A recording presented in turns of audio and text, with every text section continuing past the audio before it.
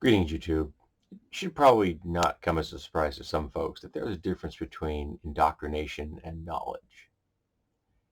If you make a statement of reality, that's not indoctrination. If you say that at one time in America, it was illegal to own human beings, that you could buy and sell them as if they were livestock, that's not an act of indoctrination into some woke culture. That is simply a statement of reality. And wanting every person that is raised in this country to be aware of that reality, to be aware that we've had that ugly history, that we drove Native Americans out of their lands, that we incarcerated Japanese Americans simply because they were Japanese during World War II. That isn't some woke agenda. Those are simply statements of reality. We did these things. Um, if you were to say that, we have profit-based healthcare in America and we are willing to let people die because of it, that isn't indoctrination. That's reality. We do that right now. If you don't have enough money, you're likely you're going to die. There are people right now in America cutting the amount of drugs they take because they can't afford to buy them every month, rationing insulin in hopes that they can survive until they can get the next vial. That's happening right now, not under some socialist dystopia that the right would like to think that we are trying to push you towards. No, no. Right now, under the capitalist yoke that we live, people are dying because they can't afford insulin. Those are statements of reality. That is not indoctrination.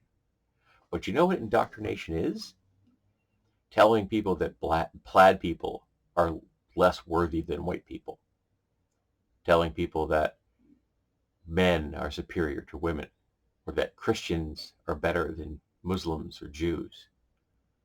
Those are acts of indoctrination because those aren't based on reality. That's just mythology that makes some people very comfortable. And their comfort is more important than the discrimination against certain groups, the abuse of certain groups, the disenfranchisement, even the assault and eradication of those groups. If it makes some cisgender people feel comfortable, they'll say publicly that trans people aren't real worthy individuals. They'll say they're not valid. That's an act of indoctrination because that's not a statement of reality. It's an opinion. It's an ugly, vile opinion, but it's an opinion. But it's an opinion that makes some people comfortable. And their comfort is considered to be of greater value than another person's life. That is an act of indoctrination.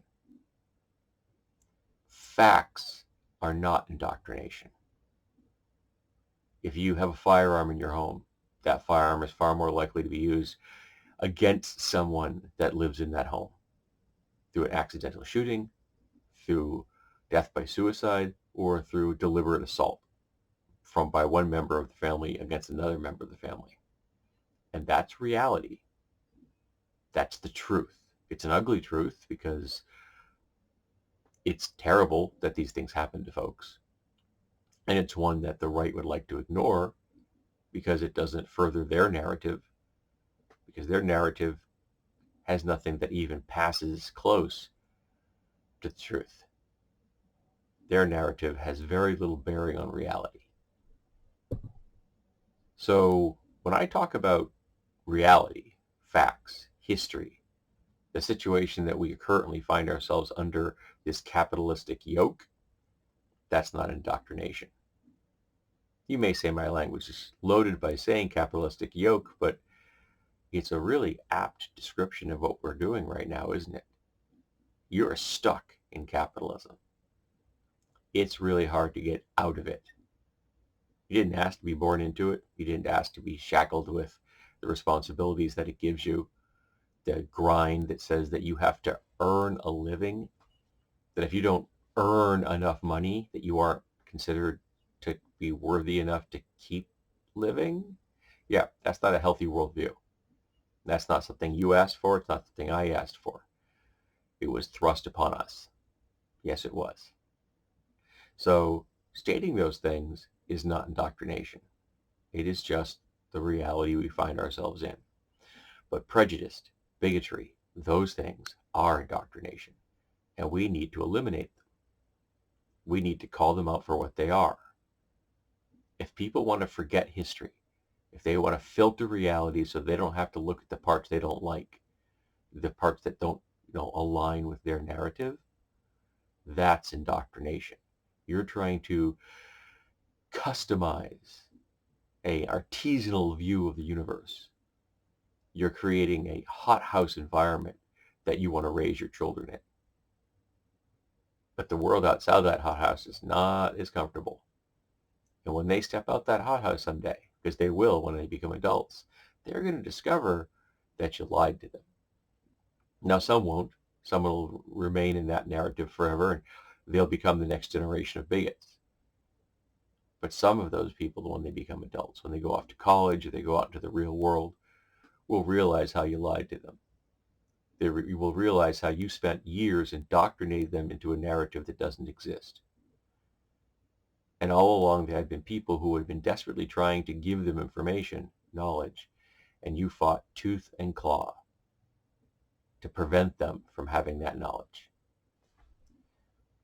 It's not likely to get you put on their Christmas list.